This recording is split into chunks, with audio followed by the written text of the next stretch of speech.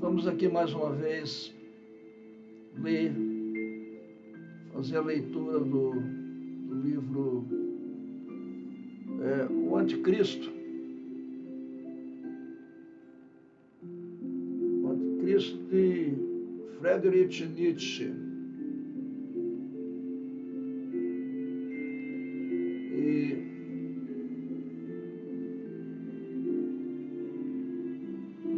continuar com vocês aqui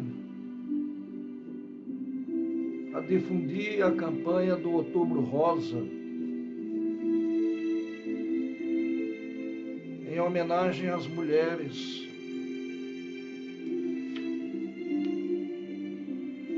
Hora de fazer o controle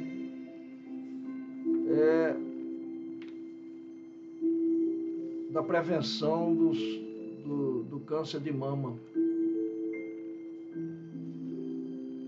Fazer mamografia.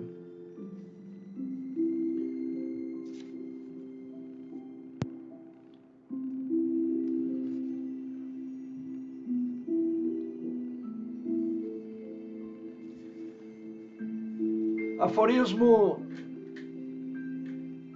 44.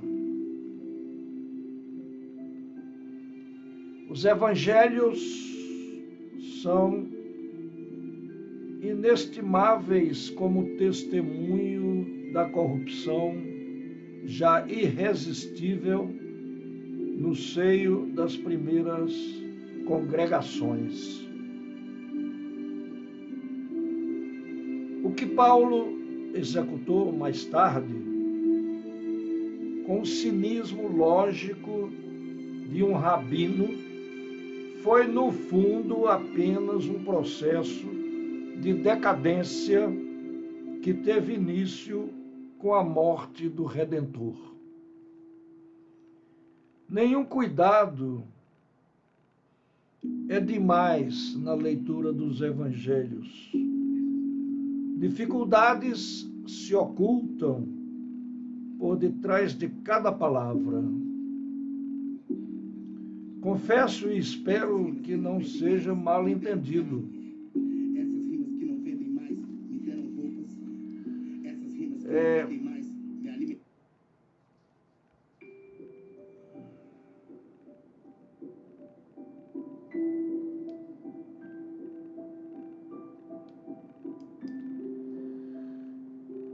Espero que, diz o Nietzsche, não seja mal entendido com esses dizeres.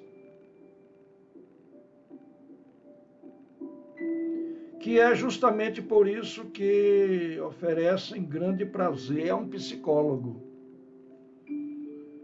como o oposto de toda a corrupção meramente ingênua, como o refinamento por excelência, como o talento artístico na corrupção psicológica.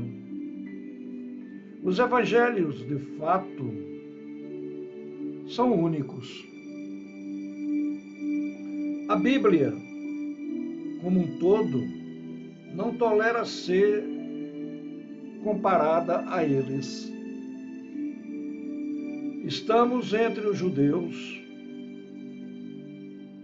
Essa é a primeira consideração que se deve ter em mente, para que aqui não se perca inteiramente o fio da meada sobre o assunto. A genialidade para criar a ilusão de santidade pessoal, é incomparável a qualquer coisa. A qualquer coisa que seja nos livros, seja nos homens. Essa elevação da fraude em palavras e gestos ao nível da arte, tudo isso não é um acidente de algum talento individual ou alguma natureza de exceção. Isso diz respeito à raça. O judaísmo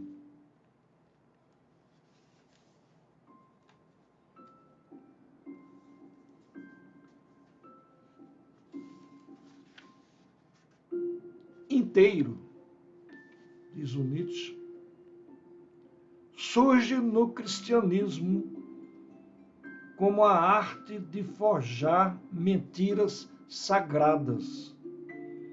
E depois de muitos séculos de dedicado treinamento e dura prática judaica, da técnica judaica, atinge o estágio de maestria. O cristão, esta última ratio, ou seja, do latim, última razão, o último argumento de uma série de argumentos da mentira, é o judeu, mais uma vez, o judeu triplicado.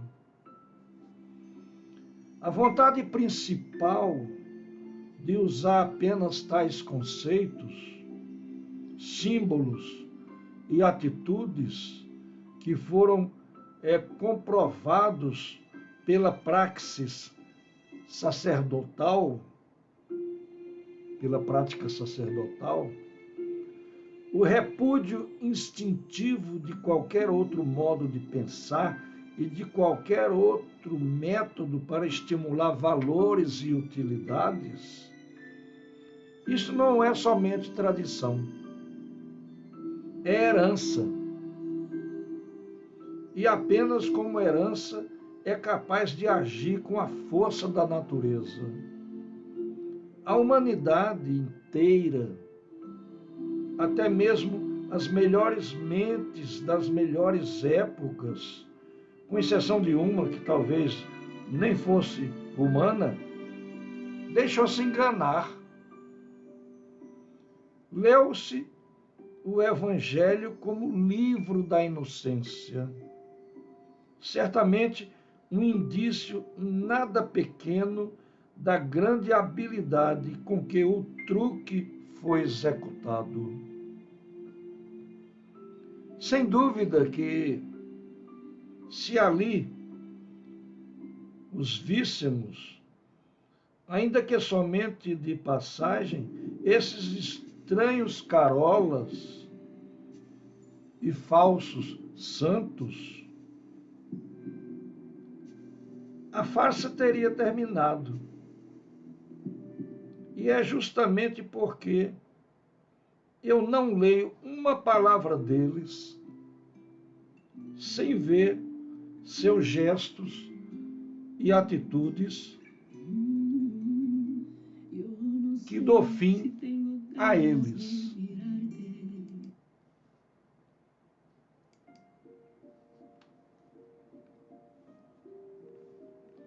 Simplesmente não suporto o jeito que tem de abrir os olhos. Felizmente, para a maioria das pessoas, os livros são mera literatura. Não nos deixemos enganar. Não julgueis, dizem eles. E, contudo, mandam para o inferno, seja o que for que atravesse o seu caminho. Ao deixarem o julgamento para Deus, são eles próprios que julgam. Ao glorificarem Deus, glorificam a si próprios. Ao exigirem de todas as virtudes para as quais eles estão aptos, mais ainda as que devem ter para que permaneçam no topo, eles assumem a aparência grandiosa de homens que lutam pela virtude, de homens empenhados na luta pela predominância da virtude. Vivemos, morremos sacrifiquemo-nos pelo bem, a verdade, a luz, o reino de Deus. Na verdade, eles simplesmente fazem o que não podem deixar de fazer.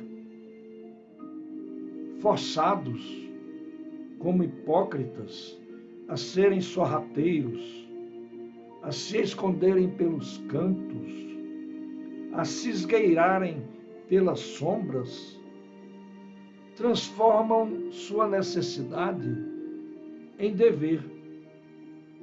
É como dever que suas vidas aparecem como humildade. E essa humildade se torna mais uma prova de sua piedade. Ah, esse humilde, casto e misericordioso tipo de hipocrisia. A própria virtude deve dar testemunho de nós. Leiam-se os evangelhos como livros de solução moral. Essa gente pequena se agarra à moral, conhece as utilidades da moral. O melhor meio para conduzir a humanidade pelo nariz é por meio da moral. O fato é que a mais consciente arrogância do escolhido aqui se disfarça de modéstia.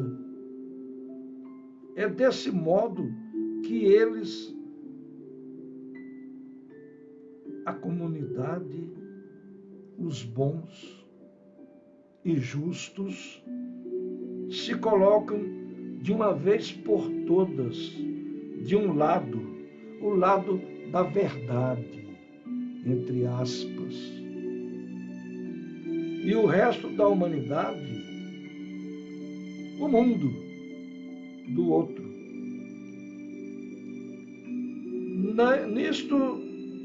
Nisto observamos a mais fatídica espécie de megalomania que a Terra jamais presenciou. Pequenos abortos de santarrões e mentirosos começaram a reivindicar para si os direitos exclusivos de Deus, verdade, luz, espírito, amor, sabedoria e vida, como se fossem sinônimos deles próprios, para desse modo estabelecer uma barreira de proteção entre eles e o mundo. São pequenos superjudeus, prontos para irem para um manicômio. Reviraram os valores de cabeça para baixo, para que se adaptassem às suas próprias noções. Como se o cristão fosse o sentido, o sal, a medida e mesmo o juízo final de todo o resto. Esse desastre todo, só se tornou possível. Eu não vou falar que a Web Motors é o melhor lugar para você comprar, vender, financiar e cuidar do seu carro. Só se tornou possível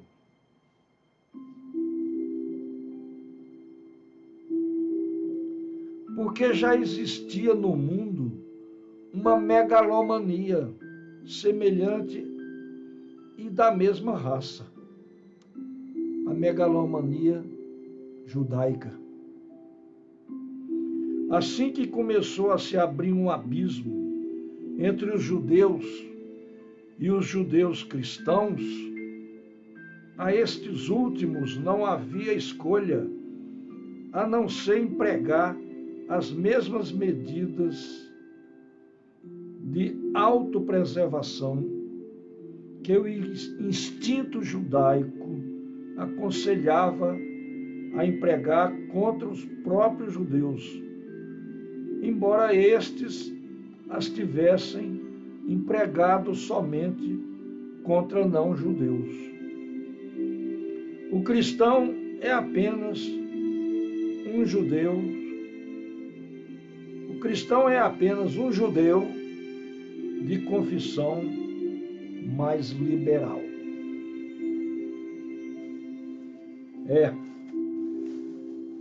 Parece que Nietzsche, quando escreveu isso, antes da sua morte em 1900, estava exatamente pensando nos dias do Brasil de hoje. Nesses santarrões, nesses pastores de chapelões, nessas bispas que jogam mantos azuis para as pessoas desmaiarem em êxtase de receber o Senhor, se colocarem como donos da verdade. Parece até que Nietzsche estava prevendo o aparecimento dessas igrejas neopentecostais, neofascistas e neoliberais, quando fez esta análise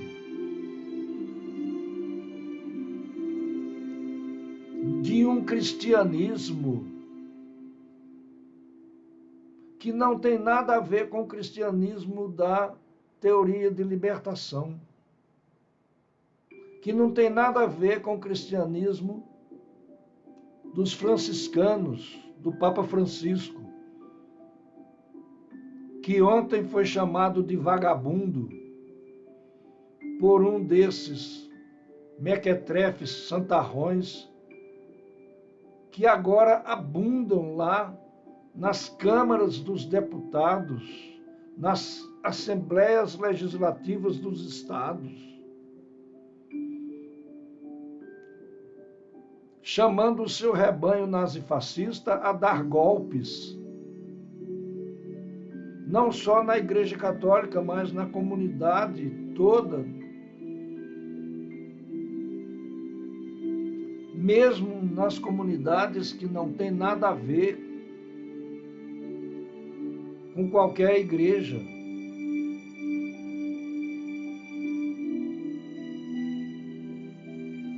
Parece que Nietzsche faz uma análise de como se deturpou o cristianismo. E aí ele vai aos evangelhos.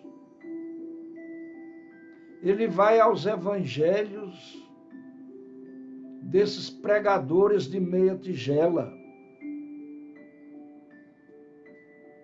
que misturam muitas vezes a leitura do Primeiro Testamento e a leitura do Segundo Testamento, para trazer uma fala de mentiras e de violência, e do poder das armas de fogo, e que fazem parte de bancadas no parlamento, do boi, da bala e da Bíblia. É isso, minha gente. O aforismo, esse número 44, é longo, mas deixa no ar muita coisa para se pensar sobre as deturpações que são dadas às escrituras ditas sagradas. Muito obrigado, até a próxima. Votem em Lula, agora no segundo turno, que é a única maneira de se mostrar um combate a essa cambada de criminosos. Muito obrigado, até a próxima.